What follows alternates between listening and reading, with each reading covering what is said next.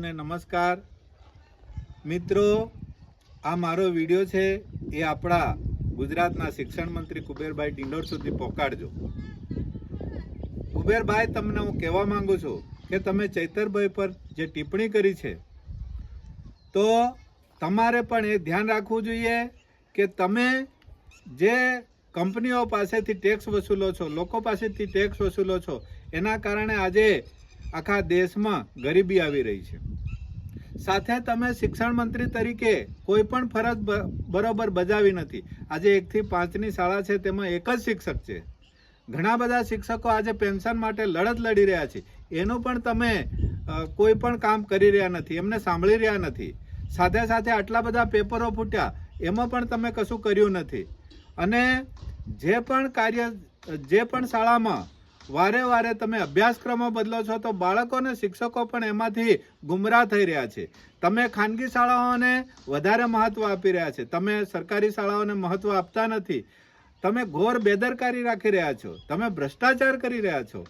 અને તમારા જ નેતાઓ, ધારાસભ્યો હોય, સંસદ સભ્ય હોય, એક ધારાસભ્ય ને એક સંસદ સભ્ય વારંવાર 50 સંસ્થાઓ લઈને બેઠા છે, સાથે પેટ્રોલ પંપો લઈને બેઠા છે. બધું જ તમે માલિક બની ગયા છે. તો આ જનતાને કશું જોઈતું નથી એમ જાણો છો તમે? ખરેખર તમારે આ ચૈતરભાઈ જે કામ કરી રહ્યા છે એની વાહવાહી કરવી જોઈએ. એની જગ્યાએ તમે આદિવાસી સમાજના મસીહા જોડે તમે એમની ટિપ્પણી કરો છો, એમને ખરાબ ચિત્રો છો.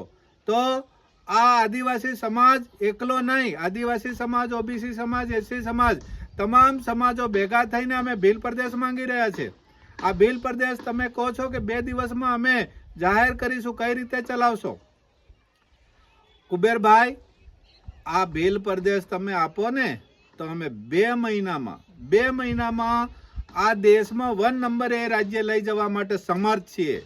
ક્યાંથી પૈસા લાવવા, ક્યાંથી, એ તમારો વિષય નથી. એક વખત તમારી ભાજપ સરકાર જાહેર તો કરે. કેટલા બધા આદિવાસી, અગાઉના આદિવાસી પણ લડી ચૂક્યા છે કે અમારે ભીલ પ્રદેશ જોઈએ. અને અમારે અગાઉ પણ તમે આદિવાસી છો પણ મને લાગતા નથી આદિવાસી હોય એવા, કારણ કે અગાઉ પણ જાંબુખંડ નામે આ નકશો પડેલો છે. વિચારો ને તમે. એટલે તમને કહેવા માંગુ છું કે ખરેખર આજે જે ચૈતરભાઈ કામ કરી રહ્યા છે એવા અનેક યુવાઓ આજે ભીલ પ્રદેશની માંગ કરી રહ્યા છે.